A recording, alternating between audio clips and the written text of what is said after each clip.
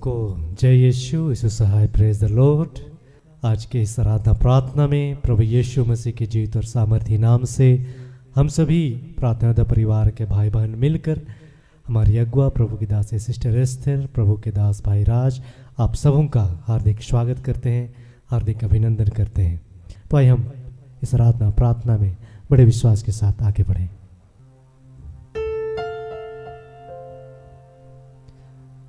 आइए, यह समय है अपने आप को समर्पित करने का। यह समय है फिर से हम एक मन होकर उस जीवित परमेश्वर के निकट आने का, जिसने हमसे यह वादा किया है कि मैं तुम्हें कभी अनाथ ना छोड़ूंगा, कभी अकेला ना छोड़ूंगा। तुम याद रखो, मैं संसार के अंत तक सदा तुम्हारे संग हूं, मैं तुम्हारे साथ हूं। उसने कहा, जब भी तुम मुझे पुकारोगे मैं तुम्हारी सुनकर तुम्हें उत्तर दूंगा। हमारा ईश्वर, हमारा प्रभु सत्य प्रतिज्ञा परमेश्वर है। वह अपने वायदे का पक्का है। उसने अपने वचन में कहा है, जहां 2 या 3 मेरे नाम से एकत्र होते हैं, मैं उनके बीच में उनके संग हो लेता हूं। आज हम इस बड़े विश्वास के साथ कि हमारा प्रभु, हमारा ईश्वर, हमारा रचने वाला, हमें जीवन देने वाला, हमें संभालने वाला, हमें अपने पास बुलाने वाला आज हमारे संग है, आज हमारे साथ है, आज हमारे सम्मुख है। आज हम उसे पुकारें, उसे कहे, प्रभु आज मैं तेरे निकट आया हूं, मैं तेरे समीप आया हूं। प्रभु, हे प्रभु, मैं तेरी स्तुति करता हूं, मैं तेरी आराधना करता हूं। प्रभु, तू ही महिमा के योग्य है पिता, तू ही स्तुति के योग्य है सारे ब्रह्मांड में है। प्रभु, तुझसा कौन है? तूने ही तो सब कुछ की सृष्टि की है। प्रभु, तूने ही आकाश और धरती और जो कुछ उसमें है सब कुछ की रचना प्रभु आपने की है। हम आपका धन्यवाद करते हैं प्रभु कि हे पिता, आज हम आपके निकट आ पाते हैं। प्रभु, आज आपने हमें अपने आप को प्रकट किया है। आज आपने हमें अपने आप को, हे प्रभु, अपनी उपस्थिति को दिया है कि आज हम आपको जान पाते हैं, आज हम आप पर विश्वास कर पाते हैं प्रभु कि तू ही वो परमेश्वर है जो हर एक की प्रार्थना को सुनता है। तू वह परमेश्वर है जो एक एक जन को संभालता है। हाँ प्रभु, हम तेरी स्तुति करते हैं, तेरी आराधना करते हैं, तेरे नाम को ऊंचा उठाते हैं, तेरा जय जयकार करते हैं। सब कुछ प्रभु हम आपके हाथों सौंपते हैं, समर्पित करते हैं और धन्यवाद के साथ इस आराधना को, इस प्रार्थना को हम यीशु नाम में मांगते हैं। पिता, दया से सुनिए और अनुग्रह से स्वर्ग के राज में ग्रहण कीजिए। आमीन।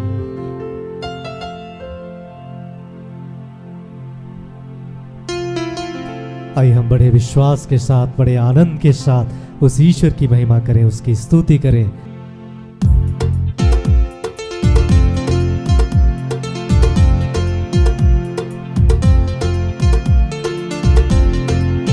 तालियों के साथ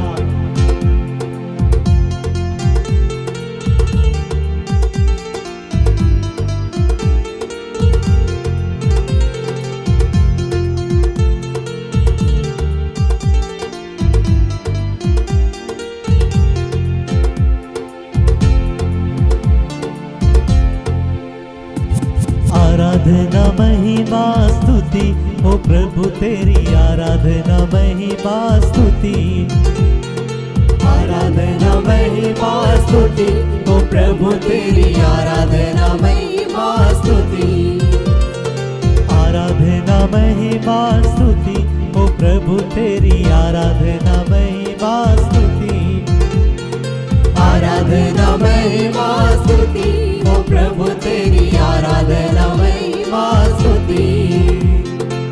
hallelujah hallelujah hallelujah hallelujah hallelujah hallelujah hallelujah hallelujah hallelujah hallelujah hallelujah hallelujah hallelujah hallelujah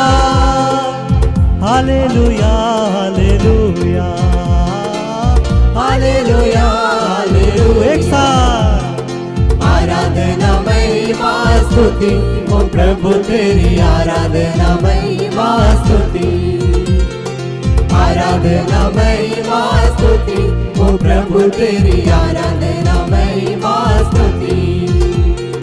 जीवन देने वाले प्रभु आराधना, शांति देने वाले प्रभु आराधना, जीवन देने वाले प्रभु आराधना, शांति देने वाले प्रभु आराधना, जीवन देने वाले प्रभु आराधना, शांति देने वाले प्रभु आराधना, जीवन देने वाले प्रभु आराधना, शांति देने वाले प्रभु आराधना, आराधना आराधना आराधना आराधना आराधना आराधना आराधना आराधना आराधना हो स्तुति महिमा, आराधना हो स्तुति महिमा, आराधना महिमा स्तुति, ओ प्रभु तेरी आराधना महिमा स्तुति, आराधना महिमा स्तुति, ओ प्रभु तेरी आराधना महिमा स्तुति।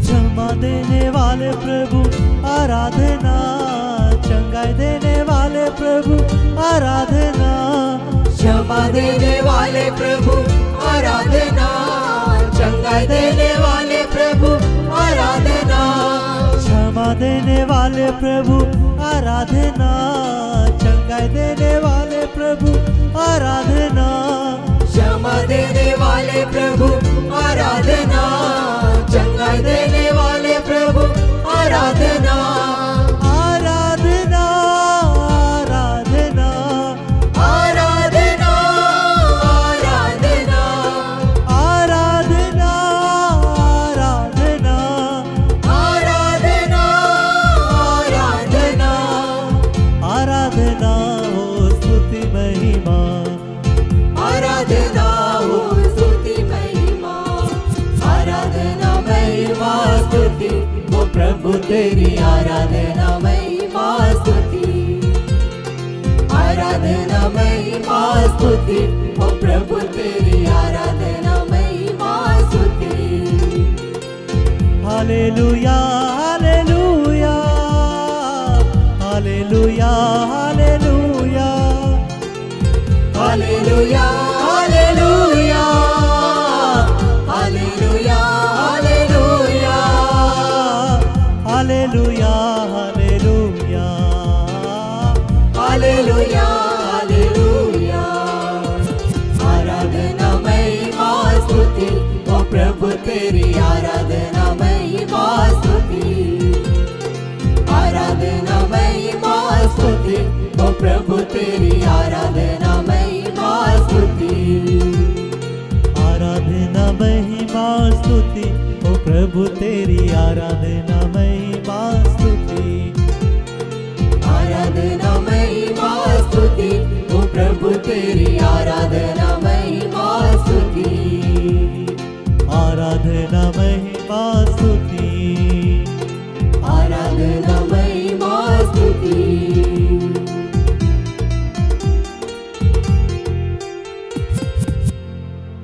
सचमुच में प्रभु हमारा कितना भला है, कितना अच्छा है, और यही हमारे लिए पर्याप्त है। हम हर एक बातों के लिए तेरा धन्यवाद करते हैं पिता, और ये छोटी दीनता की प्रार्थना मांगते हैं आपकी बेटी यीशु मसीह के पवित्र जीवित नाम से।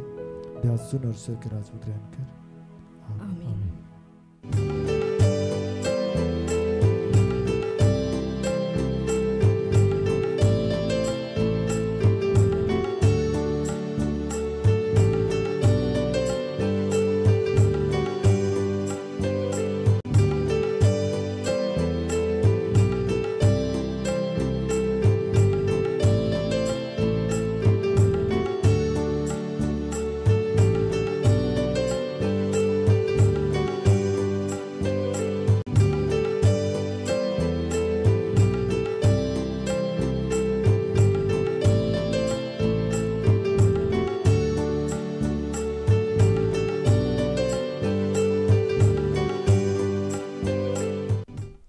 सबको जय यीशु सहाय।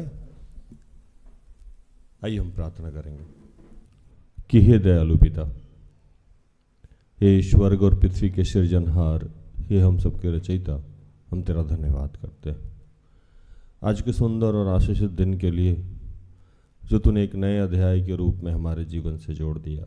धन्यवाद प्रार्थना परिवार के लिए और ऐसी जितनी भी संस्थाएं हैं, सेवकाई हैं, चर्चेज हैं, जो कहीं ना कहीं किसी रूप में तेरा कार्य कर रही है। पिता ईश्वर, तेरे लोगों का ध्यान रख रही है, उन सब के लिए तेरा धन्यवाद करते हैं श्रेष्ठ स्तर और ऐसे जितने तेरे दास दासी हैं, सेवक हैं, पृष्ठ हैं, पादरी हैं, बिशप हैं, स्वतंत्र रूप से सेवकाई कर रहे हैं, छोटा या बड़ा कोई भी योगदान कर रहे हैं, उन सब के लिए तेरा धन्यवाद करते हैं।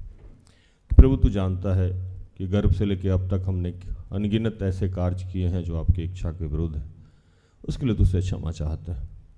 अपने पुत्र यीशु के लहू से धो के शुद्ध और पवित्र कीजिए और आज जो भी आज हम सबको सिखाना समझाना चाहते हैं, उसके लिए हमारे मन हृदय को तैयार कीजिए प्रभु। जो भी डिस्टर्बेंस की बातें हैं, जो भी रुकावट की बातें हैं, सब यीशु के नाम से समाप्त करते हैं। धन्यवाद की और प्रार्थना प्रभु यीशु के जीवित और पवित्र नाम से मांगते हैं। दया से सुन और स्वर्ग के राज में ग्रहण कर। आज जो वचन मिला हम लोगों को, पहला वचन है मलाकी 3:1 और दूसरा वचन है मलाकी 4:2। देखो मैं अपने दूत को भेजता हूँ और वह मार्ग को मेरे आगे सुधारेगा। प्रभु जिसे तुम ढूंढते हो वो अचानक अपने मंदिर में आ जाएगा। हाँ, वाचा का वह दूत जिसे तुम चाहते हो, सुनो, वह आता है। सेनाओं का यहोवा का यह वचन है।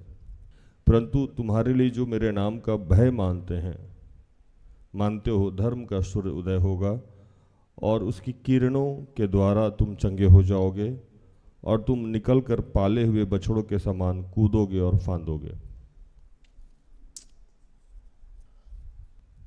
मलाकी जो प्रभु के दास थे, तो ये तब की बात है जब इस्राएल के पास जो मंदिर था, इस्राएल में जो मंदिर था, प्रभु गए और वहाँ बर्तन उलट दिया उन्होंने और बोला कि ये इस मंदिर को तुमने डाकुओं का कोह बना दिया।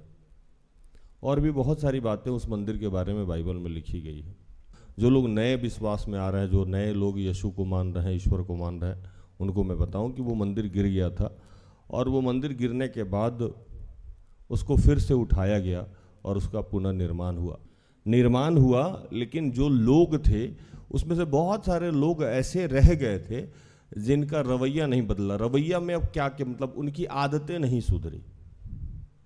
तो मलाकी जो थे वो कह रहे थे कि तुम लोग कर क्या रहे हो, तुम लोग को तो सब कुछ पता है ना, फिर ऐसा क्यों कर रहे हो। और ये चिंता की विषय थी और प्रभु ने मलाकी को ये संदेश दिया कि तुम जाओ और उनसे बात करो और उनको समझाओ। और जो समझाने के पीछे जो कारण बताया गया, विशेष कारण बताया गया, वो ये बताया गया कि मलाकी ने कहा जो आपका और आपके ईश्वर के बीच में रिश्ता है, वचा है, वाचा समझते हैं, कमिटमेंट। जैसे मैंने कुछ वादा आपसे किया और आपने कुछ वादा मेरे से किया। यही बात मलाकी के माध्यम से प्रभु कह रहे थे कि सारे जन साधारण मतलब आम लोग और याजक, यहां तक कि सेवक, ये सारे लोग आजकल सो कॉल्ड हो गए। सो कॉल्ड मतलब कहने के लिए ये लोग प्रभु को मानते हैं लेकिन मानते नहीं है। इन्होंने अपनी प्रतिज्ञाओं को खुद तोड़ दी है और अब ये परेशानी में पड़ गए। और क्या प्रतिज्ञा तोड़ दी है? यह स्पष्ट है कि परमेश्वर की प्रजा के जीवन और आराधना में लापरवाही और विकृति आ गई थी। याजक और जनसाधारण दोनों ही परमेश्वर के यथावचित दान ना देकर और उसकी शिक्षाओं के अनुकूल जीवन ना जीकर उसे धोखा दे रहे थे। ये दोनों क्या कर रहे हैं कि प्रभु की जो शिक्षाएं हैं, आज्ञाएं हैं, उसके अनुसार अपने जीवन को नहीं जी रहे हैं। प्रभु के प्रति जो दान देने का उनका कर्तव्य है, जो दशमांश देने का कर्तव्य है, उसका भी वो पालन नहीं कर रहा। ना आराधना कर रहे हैं ठीक से, ना प्रार्थना कर रहे हैं। अभी इसको क्या कहते हैं कि आप अब प्रभु की शिक्षाओं और आज्ञाओं को बड़े प्यार से टाल रहे हो और आपको नहीं पता है कि आप अपने ही विपत्ति को आमंत्रण दे रहे हो। क्योंकि ऐसा कोई समय आपके जीवन में नहीं आएगा जब आपको कोई संसारिक काम नहीं रहेगा। तो प्रभु के लिए समय कब निकलेगा? निकलेगा। संसारिक जाल तो आपने खुद बढ़ाया है अपना, और वो जाल बढ़ाने के लिए आप निरंतर प्रार्थना करते रहे। ये आज नहीं घटना घट रही थी, ये तब भी घट रही थी। और मलाकी जो प्रभु के दास थे उनको यही काम कहने के लिए भेजा गया कि इन लोग को समझाओ कि ये लोग अपने आप को बर्बाद कर रहे हैं।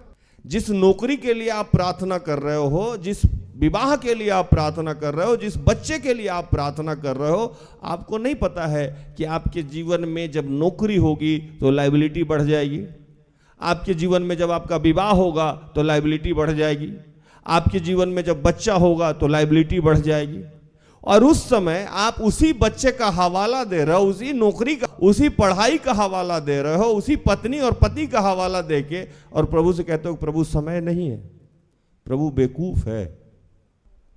तो मलाकी यही बात समझा रहे थे वहां के लोगों को कि भैया ऐसी ऐसी घटना है और ये बहुत कष्टदायक है।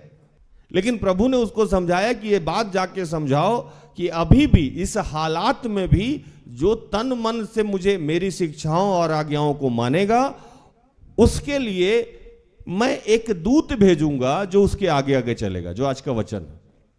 अब प्रभु बोला कि जिसे तुम ढूंढते हो, आपने क्या किया है? ये उस समय मलाकी जब ये लोगों को समझा रहे थे तो वो लोग क्या किया था? ढूंढना प्रभु को बंद कर दिया था। और प्रभु को ढूंढते कैसे हैं? तो प्रभु को ढूंढने के लिए सारा दिन आपको प्रार्थना में नहीं रहना है। प्रभु को ढूंढने के लिए आपको उसके नियमों और शर्तों के अनुसार जीवन जीना। आप देखिएगा कि जो लोग भी प्रभु के शर्तों पे जीवन जीते, उनके लिए प्रभु कोई ना कोई व्यक्ति खड़ा कर देता है, वो उसका सारा काम करवाएगा। और इसकी जीती जागती उदाहरण हमारे यहां हमारी अगुआ है। आप जैसे ही प्रभु के शिक्षा और आज्ञा के अनुसार जीवन व्यतीत करेंगे, प्रभु को यह जिम्मेवारी बन जाती है कि वो आपके जीवन के लिए कोई ना कोई ऐसा व्यक्ति, पवित्र आत्मा की बात तो दूर की है, अभी मैं संसारिक बात कर रहा हूं, कोई ना कोई ऐसा व्यक्ति खड़ा कर देगा जो आपके आगे पहाड़ की तरह रहेगा। वो आपकी सारी समस्याओं का समाधान प्रभु उस आदमी के माध्यम से आपका कराने लगेगा, अचानक से। और आज लोग कहता है मेरे जीवन में ये समस्या है, मेरा ये प्रॉब्लम ठीक नहीं होता है, मेरा ये प्रॉब्लम ठीक नहीं होता है। यही बात मलाकी यहां समझा रहे थे, लोगों को जा जा के सिखा रहे थे कि भैया जो तुम कर रहे हो वो गलत कर रहे हो। ना तुम ठीक से दान दे रहे हो, ना ठीक से दशवांश दे रहे हो, ना आराधना कर रहे हो, ना प्रार्थना कर रहे हो, और प्रभु की शिक्षाओं के विरुद्ध भी चल रहे हो। अगर थोड़ा सा ये काम ठीक कर दो तो तुम्हारे जीवन में जो भी समस्या है उसको तुम ठीक नहीं करोगे, प्रभु तुम्हारे लिए एक दूत भेज देगा। अगर तुम ढूंढ रहे हो, अगर तुम प्रभु को ढूंढ रहे हो, दूसरे वचन में लिखा हो, पढ़िए दूसरा वचन इसका। परंतु तुम्हारे लिए जो मेरे नाम का भय मानते हो, धर्म का सूर्य उदय होगा और उसकी किरणों के द्वारा तुम चंगे हो जाओगे, और तुम निकलकर पाले हुए बछड़ों के समान कूदोगे और फांदोगे। क्या बोला यहां? बोलता है कि परंतु तुम्हारे लिए जो मेरे नाम का भय मानते हैं। दूत किसके लिए भेजूंगा? जो मेरे नाम का भय मानते हैं। समस्या किसका ठीक होगा? जो मेरे नाम का भय मानते हैं। भय मानिएगा तो आप दान और दशवांश ठीक से दीजिएगा, भय मानिएगा तो आप आराधना और प्रार्थना ठीक से कीजिएगा। अब उस समय जो अपराध हो रहा था उसको मैं 2 लाइन बोल दूं, वो आज भी हो रहा है। पढ़िए मलाकी 1:2। यहोवा यह कहता है, मैंने तुमसे प्रेम किया है, परंतु तुम पूछते हो तूने किस बात में हमसे प्रेम किया है। मैंने तुमसे प्रेम किया है, लेकिन तुम पूछते हो कि मैं तुमसे किस बात में प्रेम करता हूं। क्योंकि आपको लग रहा है कि मेरे जीवन में समस्या है, मेरे जीवन में ये है, मेरे जीवन में वो है। समस्या बताने के समय में प्रभु ने समस्या को बताया और बताया कि क्या तुम मुझे पिता मानते हो? ईश्वर को हम लोग पिता मानते हैं ना, तो पुत्र का क्या काम है? पिता का आदर करना। तो अगर तुम मुझे पिता मानते हो तो तुम मेरा आदर नहीं करते हो। अगर तुम मुझे स्वामी मानते हो तो दास का क्या काम है? एक स्वामी का से आदर करना। तो तुम अगर स्वामी मानते हो तब भी आदर नहीं करते हो, अगर तुम पिता मानते हो तब भी आदर नहीं करते हो, और कहते हो कि हम समस्या में। ये तो सबसे बड़ा पाप है। पढ़िए भूषण भाई, मलाकी 1:6। पुत्र पिता का और दास स्वामी का आदर करता है। यदि मैं पिता हूँ तो मेरा आदर कहाँ है, और यदि मैं स्वामी हूँ तो मेरा भय मानना कहाँ। सेनाओं का यहोवा तुम याजकों से भी जो मेरे नाम का अपमान करते हो यही बात पूछता है, परंतु तुम पूछते हो हमने किस बात में तेरे नाम का अपमान किया है। सबसे बड़ा अपमान तो यही है कि हम डिसओबे करते, मतलब आज्ञा का उल्लंघन करते हैं। तो सबसे बड़ा अपराध तो यही कर रहे हैं हम लोग, कि अगर हम उनको पिता मानते तब भी उनकी महिमा करेंगे, अगर स्वामी मांगेंगे तब भी महिमा करेंगे। हम दोनों ही अवस्था में कुछ भी नहीं मानते हैं, और हम पूछते हैं कि हम कौन सा अपराध किए, और कहते हैं कि प्रभु तुमने कहा था कि मैं तेरे आगे आगे दूत भेजूंगा, भेज क्यों नहीं रहे हो। प्रभु बोला कि अगर मेरी आज्ञाओं को मानोगे, मुझे ढूंढोगे, मेरी शिक्षाओं पे चलोगे, तो मैं तुम्हारे लिए एक आगे आगे दूत भेजूंगा और तब तुम्हारी समस्याओं का समाधान करूंगा। तुम तो ऐसा कुछ कर ही नहीं रहे हो। तो पहला जो सबसे बड़ा अपराध हम लोग आजकल करते हैं कि फटाफट ईश्वर को इग्नोर करते हैं। और प्रभु कह रहा है कि दोनों ही अवस्था में इग्नोर कर रहे हो तुम। अगर तुम कहते हो कि हम पापा हैं, पिता हैं, तो बेटा हो ना, तो बेटे जैसे रहो ना, बाप क्यों बन रहे हो मेरा। अगर तुम कहते हो कि हम मालिक हैं, स्वामी हैं, तो दास की तरह रहो। तुम तो दोनों ही अवस्था में कुछ नहीं मान रहे हो हमको। तो पहला काम तो ये करते हैं। दूसरा मलाकी ने उसको समझाया कि आजकल तुम जो दान दशवांश दे रहे हो उसमें भी तुम कटौती करते हो। जैसे आजकल साधारण सी बात क्या है कि आजकल हम लोग दान दशवांश कैसे देते हैं। पवित्र आत्मा प्रेरित किया 200 रुपया, और हम सोचने लगे नहीं 100 रुपया दे देते हैं, 100 रुपया रख लेते हैं, है ना। दान दशवांश के बारे में मैंने कितनी बार बता रखा है कि दशवांश में हम लोग क्या करते हैं कि दशवांश हमारा अगर 10,000 रुपया सैलरी है और 1,000 रुपया दशवांश देना है, तो 1,000 रुपया हम निकाले, 500 रुपया किसी चर्च में दिए, 250 रुपया किसी का स्कूल फी दे दिए, 250 रुपया हम किसी और को दिए, टुकड़ा टुकड़ा में बांट दिए, और कह रहे हैं कि प्रभु हमें आर्थिक आशीष क्यों नहीं मिल रहा। आप तो दशवांश दे ही नहीं रहे हो, तो आर्थिक आशीष कहाँ से मिलेगा। आप तो दान दे रहे हो। दशवांश आपको इकट्ठे देना है और किसी ऐसे दास दासी को देना है जिसको धनी हो या गरीब हो, इससे आपको कोई मतलब नहीं है। अब किसी के पास कार हो तो आप सोचे नहीं ये सेवक के पास तो कार है, इसको क्यों देना। तो ऐसा नहीं, उस समय भी यही लोग काम कर रहा था। याजक लोग उस समय क्या कर रहा था, जो बढ़िया भेड़ बकरी है उसको रख लेता था, उसको बेचने का और उसको पालने का काम करता था, और जो लंगड़ा है लूला है उसका बलि चढ़ाता था। प्रभु बोला मजाक चल रहा है यहाँ।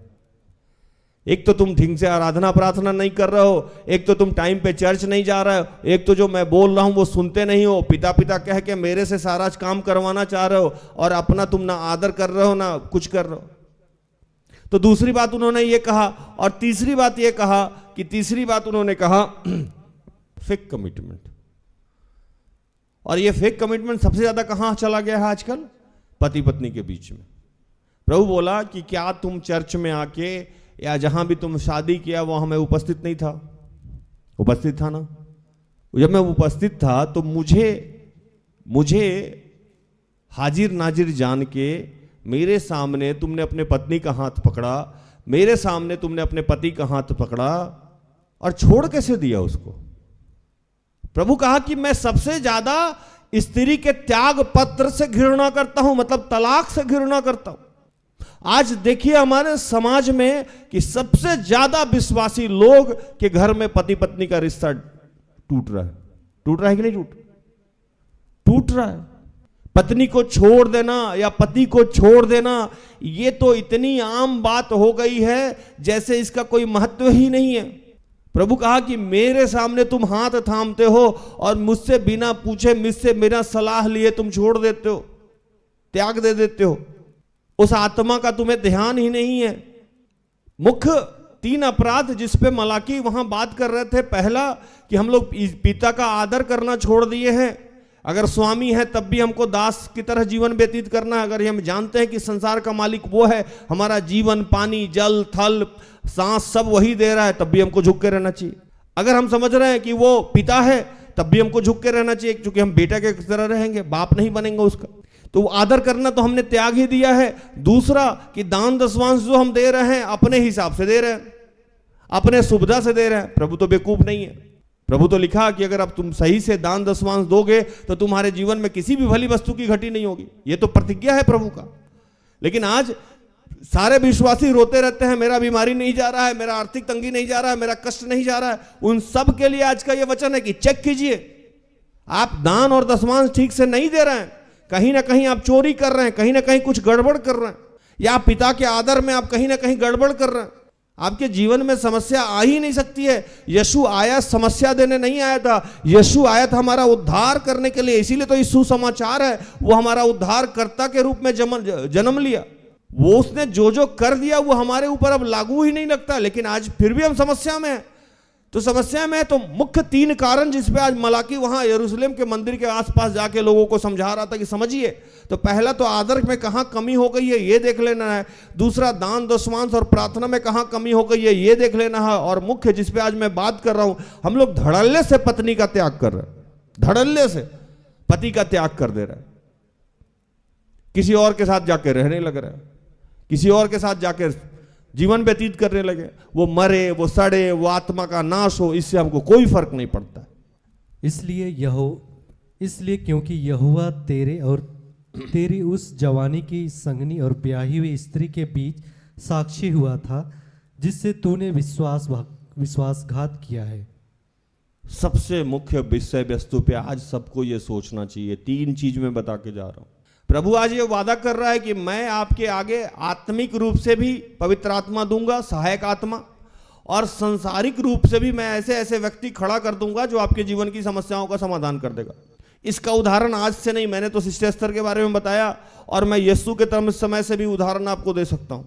यीशु क्रूस लेके गिर रहे थे, सांसारिक तौर पे कि आदमी चला गया ना उनका क्रूस ढोने के लिए।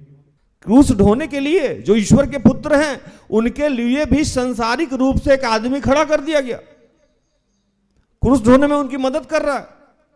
जब मर गए तो किस कब्र में डाला जाएगा ये भी एक व्यक्ति चला जाता है, और नया कब्र में उनको डाला जाता है। प्रबंध किया ना प्रभु, इंसान का प्रबंध किया। तो प्रभु यीशु के लिए भी किसी व्यक्ति का इंतजाम कर दिया, सिस्टर स्तर के लिए भी कर दिया। आप जितने भी लोगों को आप देखेंगे उनके लिए प्रभु ने सांसारिक रूप से भी व्यवस्था कर दिया। हालेलुया। तो प्रभु कहा कि मैं तुम्हारे लिए आगे आगे दूत भेजूंगा और तुम्हारी सारी समस्याओं का समाधान कर दूंगा। तुम कूदोगे, फानोगे, लहराओगे, इठलाओगे। लेकिन उसके पीछे पहले एक वचन था, उसके पहले उन्होंने कहा परंतु तुम्हारे लिए जो मेरा नाम का भय मानते हैं उनके लिए धर्म का सूर्य उदय होगा। तो आपके जीवन में प्रभु कह रहा है सारी समस्याओं का अंत कर देंगे, लेकिन क्रॉस चेक करना है। तीसरा पॉइंट जिस पे हम लोग बात कर रहे हैं, दूसरा, पहला तो वो मैंने बताया कि आदर और सम्मान और आराधना, प्रार्थना और वचन में कहां गड़बड़ हो रहा है ये देख लेना है ना, कहां आप प्रभु के नियम को तोड़ रहे हैं। दूसरा मैंने ये बताया कि ये आज देख लेना है कहां दान दशवांश में आप कमी कर रहे हैं। और दान दशवांश में समय का दान भी होता है, जो मैंने आपको पहले भी कहा कि आपको प्रार्थना के लिए पवित्र आत्मा कह रहा है या आपके कोई लोग कह रहे हैं, आप उसको डिनाई कर दे रहे हो। मेरा ये काम, मेरा वो काम, मेरा ऐसे काम, मेरा वैसे काम। मैंने आज तक किसी इंसान को नहीं देखा है जो प्रभु को त्याग के उसको नौकरी हो गई हो या उसके जीवन में, मैंने तो नहीं देखा इतने साल हो गए। आज मैं वैसे बच्चों का या वैसे फैमिली को ज्यादा संबोधित करना चाहता हूं जिनको लगता है कि उनका पैसा, उनका धन, उनका नौकरी उनके किसी काम आएगा। नहीं आएगा। नीति वचन को पढ़िएगा आप, सुक्ति ग्रंथ को तो एक जगह लिखता है, सुक्ति ग्रंथ 11:4 पढ़िए। कोप के दिन धन से तो कुछ लाभ नहीं होता, परंतु धन मृत्यु से भी बचाता है। कोप के दिन धन से कुछ भी लाभ नहीं होता है, लेकिन अगर आप धर्म पे हैं, अगर आप प्रभु की आज्ञाओं से चलते हैं तो मृत्यु से भी आपका बचाव हो जाएगा। किसी भी समस्या से प्रभु बचा देगा। उसको आदमी खड़ा करना हो, उसको जिसको भी खड़ा करना हो, जैसे भी जो करना हो वो सारा इंतजाम करेगा। आपको कुछ करने की जरूरत नहीं होगी, आपको हाथ पाय मारने की जरूरत नहीं है। ये करके देख लीजिए, कम से कम 6 मंथ जो पवित्र आत्मा के द्वारा बताया जा रहा है वो करिए, उसमें ड्रामा नहीं करिए, बेवकूफ नहीं बनाइए प्रभु को। तीसरा जो जिस पे मैं बात कर रहा हूं कि आजकल धड़ल्ले से चल रहा है, फैशन हो गया है पत्नी का त्याग कर देना या पति का त्याग कर देना। प्रभु कह रहे हैं कि आप उसका आत्मा नाश कर रहे हो, और मेरे सामने खड़ा होकर आपने उसका हाथ थामा था और उसको नाश कर दिया। अगर मुझे उसको बनाना ही नहीं था तो मैं अपने आत्मा उसमें क्यों डालता? और मैंने पति पत्नी को बनाया था किस काम के लिए? एक धर्मी संतान के लिए। 2:15। क्या उसने एक ही को नहीं बनाया जबकि और आत्माएं उसके पास थी? और एक ही को क्यों बनाया? इसलिए कि वह परमेश्वर के योग्य संतान चाहता है।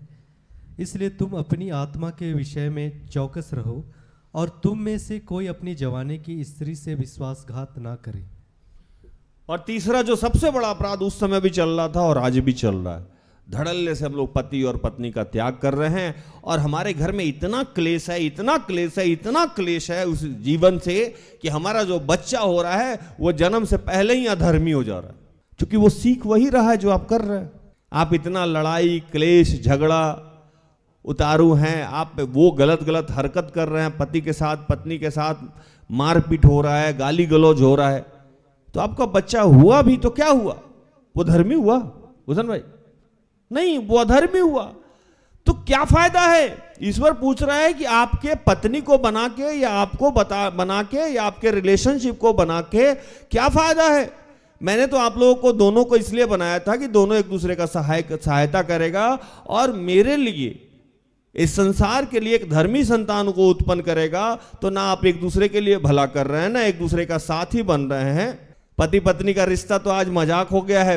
सबसे ज्यादा आप YouTube पे देखिए तो उसी के बारे में चुटकुला आता है। तो ये धागा जब टूट ही जाता है तो क्यों बांधे थे मेरे सामने जाके? कहां एक तन हो एक मन हो। और बच्चे इतने बिगड़ रहे हैं, इतने बिगड़ रहे हैं, इतने बिगड़ रहे हैं। तो प्रभु कहा कि मेरा तो कोई काम ही नहीं हुआ। मैंने आदम को बनाया, मैंने हेवा को बनाया इसलिए कि उससे कुछ होता, लेकिन कुछ हुआ ही नहीं। आदम ने मेरा आदर किया ही नहीं, दोनों में झगड़ा हो गया, क्लेश हो गया, बहुत सारी बातें हैं। आज वही चीज फिर से दोहराया जा रहा है। तो आपके आगे दूत नहीं चलेगा, आपकी समस्याओं का समाधान नहीं होगा। प्रभु कह रहा है कि अगर आप इन चीजों से, और मैं एक और वचन पढ़ूंगा तो आपको बड़ी खतरनाक लगेगा, मैं स्त्री त्याग से घृणा करता हूं। क्या लिखा हुआ है? मैं स्त्री त्याग से घृणा करता हूं। पढ़िए वचन 2:16। क्योंकि इस्राएल का परमेश्वर यहोवा यह कहता है, मैं स्त्री त्याग से घृणा करता हूं और उससे भी जो अपने वस्त्र को उपद्रव से ढांपता है। इसलिए तुम अपनी आत्मा के विषय में चौकस रहो और विश्वासघात मत करो। सेनाओं के यहोवा का यही वचन है। मैं स्त्री त्याग से घृणा करता हूं और उससे भी जो अपने वस्त्र से उपद्रव को ढांकता है। एक तो आप स्त्री त्याग करते हैं और दूसरा अपने पाप को कंसोल कर रहे हैं, बता रहे हैं कि यह गलत नहीं है, अपने पाप को ढक रहे हैं, आप मान भी नहीं रहे हैं कि गलत है। आज पूरे समाज को इन 3 बिंदु पे खास ध्यान देना चाहिए। अगर आप इस मामले में चौकस हैं, पहला कि आप प्रभु का आदर कर रहे हैं, अगर वो स्वामी है तब भी, वो पिता है तब भी। दूसरा, अगर आप आदर कर रहे हैं तो आराधना प्रार्थना करेंगे, उसके शिक्षाओं के अनुसार जीवन व्यतीत करने का कोशिश करेंगे। अगर आपसे गलती हो रही है तुरंत क्षमा मांग के फिर जुड़ जाएंगे। दूसरा कि आप दान दशमांश जो दे रहे हैं क्या उसमें कोई कटौती कर रहे हैं। तीसरा, आप विवाह कर रहे हैं और पति या पत्नी का त्याग तो नहीं कर रहे हैं, क्या आप दोनों के मिलन से धर्मी संतान उत्पन्न हो रहा है ये। और चौथा, आप अपने पाप को ढकने का काम बंद करिए। अगर ये सारी क्वालिटी आप में है तो आज का वचन आपके लिए जीवंत हो जाएगा। प्रभु आपके आगे आगे कोई व्यक्ति को भेजेगा, आपके पवित्र आत्मा को भेजेगा। पवित्र आत्मा स्पिरिचुअली आपके जीवन को बदलेगा और सांसारिक रूप से कोई ऐसा आदमी आपके जीवन के आगे खड़ा हो जाएगा जो आपकी सारी समस्याओं का समाधान करेगा, हर रूप में आपके साथ खड़ा रहेगा। और तीसरा, आप कूदोगे फानोगे और आनंद के साथ जीवन को व्यतीत करोगे। तो प्रभु इन सारे वचनों से आप सबको और मुझे भी आशीषित करे, आमीन। आइए हम आखिरी प्रार्थना में जाएंगे।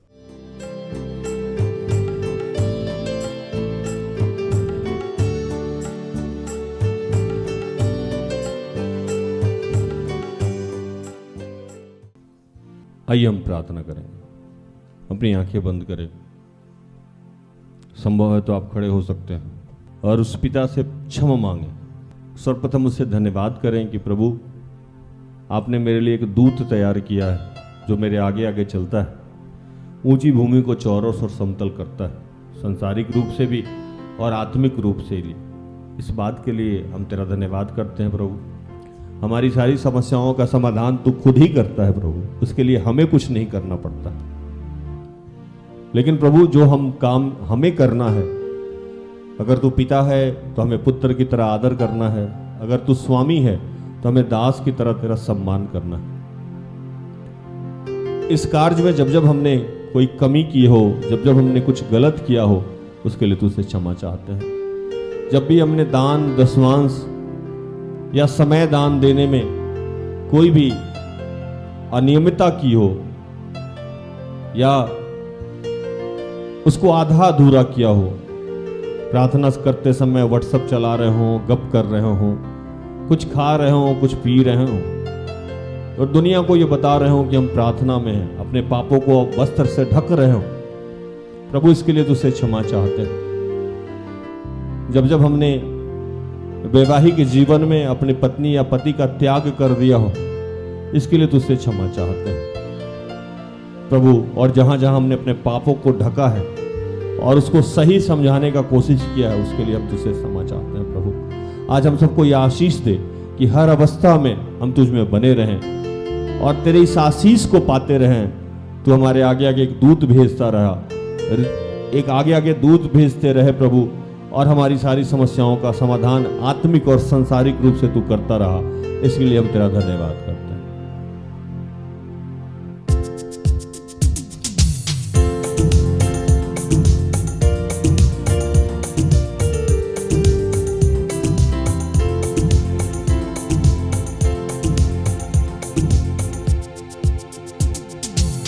बने रहो, बने रहो, बने रहो, बने रहो, बने रहो, बने रहो, बने रहो, बने रहो, यीशु में बने रहो,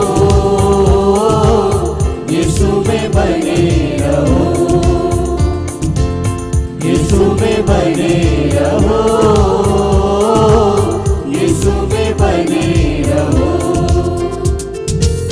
बने रहो, बने रहो, बने रहो, बने रहो, बने रहो, बने रहो, बने रहो, बने रहो, यीशु में बने रहो,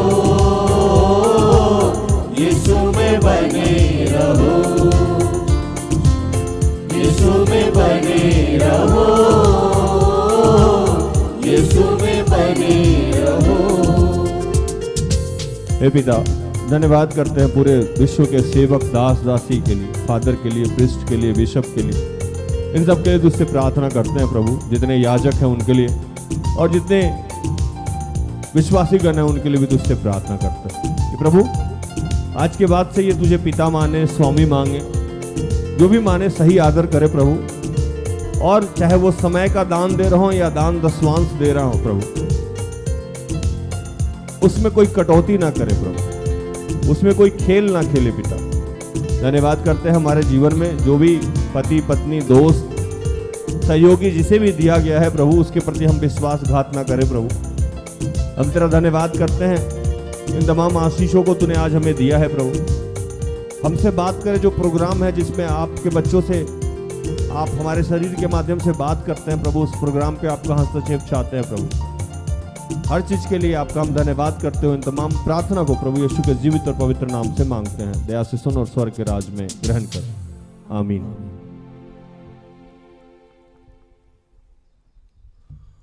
तो धन्यवाद, प्रभु आप सबको आशीष दे। आशा करते हैं कि आज की प्रार्थना से, आराधना से, वचनों की उद्घोषणा और अंतिम प्रार्थना से प्रभु ने आप सबको स्पर्श किया होगा। प्रार्थना तो परिवार निरंतर आपका आभारी है कि आप हमारे साथ हैं, हमारा सहयोग करते हैं। तो आज के लिए इतना ही, मुझे इजाजत दीजिए। जय यीशु, यीशु सहाय, प्रेज द लॉर्ड।